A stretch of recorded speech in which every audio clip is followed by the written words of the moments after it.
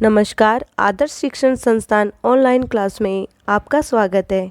कक्षा 5 के पर्यावरण विषय में आज हम पाठ 16 का अध्ययन करेंगे, जिसका शीर्षक है हमारे गौरव।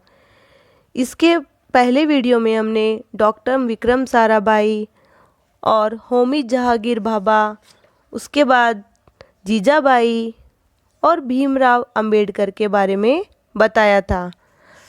अब पंडित मदन मोहन मालवीय जी के बारे में बताया जा रहा है कि मालवीय जी का जन्म 25 दिसंबर 1861 इलाहाबाद में हुआ था। वह अपने पिता पंडित ब्रजेनाथ और माता मीना देवी के 8 बच्चों में से एक थे।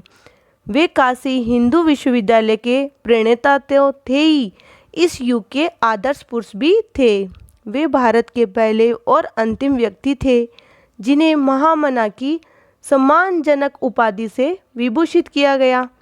पत्रकारिता, वकालत, समाज सुधार, मातृभाषा तथा भारत माता की सेवा में अपना जीवन अर्पण करने वाले इस महामानव ने जिस विश्वविद्यालय की स्थापना की, उसमें उनकी परिकल्पना ऐसे विद्यार्थियों को शिक्षित करके देश सेवा के लिए तैयार करने की थी जो देश का मस्तक गौरव से ऊंचा कर सके। अब इसमें बताया कि जिसके बारे में एनी बेसेंट ने बड़े भावपूर्ण शब्दों में कहा था कि मैं दावे के साथ कह सकती हूँ कि विभिन्न मतों के मध्य केवल मालवीय जी महाराज ही भारतीय एकता की मूर्ति बने खड़े हैं। यानी ये किसने कहा था? आपके ऐसे प्रश्न बन सकता है कि मैं दावे के साथ कह सकती हूँ कि विभिन्न मतों के मध्य केवल मालवीय जी महाराज जी भारतीय एकता की मूर्ति बने खड़े हैं। तो ये किसने कहा था? एनी बेसेंट ने कहा था। तो आपके ये प्रश्न का उत्तर ये होगा एनी बेसेंट। ये बीच में से प्रश्न आपके आ सकता है। फिर है कि वे पंडित मदन मोहन मालवीय जी थे जो जन्मदात कवि थे। उनका कवि नाम क्या था? मकरंद था। तो ये भी प्रश्न बन सकता है कि कवि नाम उनका क्या था? मकरंद था। उनके मन में एक ज्वाला जलती रहती थी कि एक ऐसी शिक्षा पद्धति और शिक्षा संस्थान भारत में स्थापित हो जहां भारतीय संस्कृति उचित सम्मान पाए। यानी उनके मन में हमेशा ऐसी शिक्षा पद्धति की इच्छा थी जहां पर व्यक्ति अपने सर्वगुणों का विकास कर सके और भारत के लिए अच्छे युवक साबित हो। इस उद्देश्य की पूर्ति के लिए उन्होंने एक संकल्प भी लिया कि वाराणसी में एक विश्वविद्यालय स्थापित करेंगे। उन्होंने कांग्रेस के 21वें अधिवेशन में अपनी योजना बताई। यानी उन्होंने अपने 21वें अधिवेशन में अपने मन की बात बताई कि ऐसा विश्वविद्यालय होना चाहिए। उन्होंने मकर संक्रांति के पावन दिवस बनारस के तत्कालीन राजा से वह भूमि दान में प्राप्त की। यानी ये भूमि दान किस दिन ली थी? ऐसा प्रश्न बन सकता है। तो मकर संक्रांति के पावन दिन के ऊपर उन्होंने भूमि दान में ली थी, जहां आज बनारस हिंदू विश्वविद्यालय है। यानी वो हिंदू विश्वविद्यालय कहाँ पर है और किसने इसका अधिवेशन की थी? तो आप बता सकते हैं कि ये मालवीय जी के द्वारा स्थापित की गई है। फिर क्या था? मालवीय जी ने दान इकट्ठा करना आरंभ कर दिया। वे जहाँ भी जाते अपनी राष्ट्रीय शिक्षा की योजना लोगों के सामने रखते। यानी मालवीय जी का ये उद्देश्य था कि ज़्यादा से ज़्यादा धन इकट्ठा करके एक ऐसे विश्वविद्यालय की स्थापना करना जहाँ देश के अच्छी शिक्षा प्राप्त करके सब शिक्षित हो, जिससे हमारा देश गुलाम यानी अंग्रेज़ों से गुलामी नहीं सहन करे और उनका डटकर मुकाबला करे और सभी स्वतंत्र होकर जी सके। तो उन्होंने धन इकट्ठा करना आरंभ कर दिया। वहाँ उन्होंने अपार धनराशि इकट्ठी कर ली। धीरे धीरे उनकी झोली भरनी आरंभ हो गई। मालवीय जी ने हैदराबाद के मुस्लिम शासकों यानी राजा निज़ाम के पास भी गए और वहाँ से उदारतापूर्वक दान प्राप्त किया। यानी उन्होंने मुस्लिमों के राजा से भी दान प्राप्त किया था। सारे देश का दौरा करके उन्होंने लगभग 64 लाख रुपए इकट्ठे किए। अगर प्रश्न पूछा जाए कि उन्होंने पूरे दान के कितने इकट्ठे किए? 64 लाख रुपए इकट्ठे किए। गांधी जी ने तो कहा था कि मांगने की कला तो मैंने अपने बड़े भाई मालवीय जी से ही सीखी थी। यानी गांधी जी ने इतना भी कह दिया कि जो मांगने की कला है, यानी सामने वाले को बुरा भी ना लगे और धन भी इकट्ठा हो जाए, इस तरह से मांगने की कला उन्होंने मालवीय जी मदन मोहन जी से ही सीखी थी। वे उच्च कोटि के देशभक्त और संस्कृति में निष्ठा रखने वाले थे। वे वास्तव में क्रांतिकारी नेता सिद्ध हुए।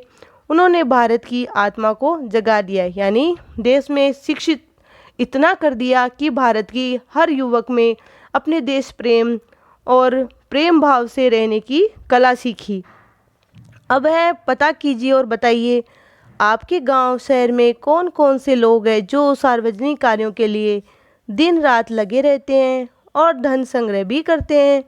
तो हम इसमें बता सकते हैं कि हमारे गांव में रामदास, सरपंच जी, अशोक मास्टर जी, दयाल पंडित जी, जो देश दिन रात सार्वजनिक कार्यों में लगे रहते हैं। यानी अपने अपने गांव के बारे में बताना है कि कौन कौन समिति प्रमुख है, कौन सरपंच है, कौन सार्वजनिक कार्यों में मतलब लगे हुए हैं, उन सबका आपको इसमें नाम बताना है और वो धन इकट्ठा करती हैं वो भी बताना है। फिर है मालवीय जी के कार्यों में किस किस ने सहयोग किया था, यानी जब मालवीय जी ने कार्य आरंभ किया था इस बीच उन्होंने उनकी हेल्प किस किस ने की। तो हम बता सकते हैं कि मालवीय जी के कार्य में एनी बेसेंट, महात्मा गांधी, बनारस के तत्कालीन राजा, हैदराबाद के मुस्लिम शासक निज़ाम तथा देश के अन्य बहुत से लोगों ने सहयोग दिया था। फिर है, क्या आपके विद्यालय में विकास समिति बनी है? इसमें कौन कौन से लोग दान करते हैं, यानी अपने अपने विद्यालय के विकास समिति का इसमें नाम लिखना है और उसमें सहयोग कौन कौन करते हैं, कौन कौन दान देते हैं, उनके बारे में आपको बताना है। तो हमारे विद्यालय में विकास समिति भी बनी है। इसमें हमारे देश के अमीर लोग जो धनवान होते हैं वही तो दान करते हैं, गरीब लोग कहाँ से दान करेंगे। तो हमारे जो पूर्वज हैं उनके लिए भी दान के लिए कोई जैसे कमरे बनाते हैं, कोई बरामदा बनाता है, कोई हॉल बनवाता है। तो इस तरह से दान करके विद्यालय में कोई कक्ष निर्मित करवाते हैं। तो इसमें आप वो दान दाताओं के नाम लिख सकते हैं कि जो जो विद्यालय के दान दिए हुए हैं वो इसके अंदर नाम आ जाएंगे। फिर है कारोबार, मतलब कारोबारी जो लोग होते हैं, व्यापारी जैसे दुकानदार वगैरह, उनके पास भी खूब सारा पैसा आता है, वो भी इसमें दान करते हैं। सरपंच द्वारा, यानी जो हमारे गांव का जो सरपंच होता है उनके पास भी काफ़ी पैसा आता है सरकार के द्वारा, जैसे नाले वगैरह बनाने के लिए। तो वो कुछ धन इस विद्यालय के ऊपर भी दे सकते हैं, तो वहाँ से भी दान किया जाता है। फिर है हमारे विद्यालय की विकास समिति कौन कौन से कार्य करवाती है। तो हमारे विद्यालय की विकास समिति, जो आपके विद्यालय में विकास समिति है, उन्होंने कौन कौन से कार्य करवाए वो आपको ध्यान में होगा या कोई टीचर ने बताया होगा। अगर आप बताना चाहो तो आप इस प्रकार बता सकते हैं कि हमारे विद्यालय की विकास समिति विद्यालय भवन का निर्माण, गरीब बच्चों को निःशुल्क माफ़ शिक्षा, मतलब जो निःशुल्क शिक्षा दी जाती है, उनसे फीस नहीं ली जाती, निःशुल्क भोजन, निःशुल्क पुस्तकें और कपड़े बांटने जैसा कार्य करवाती है।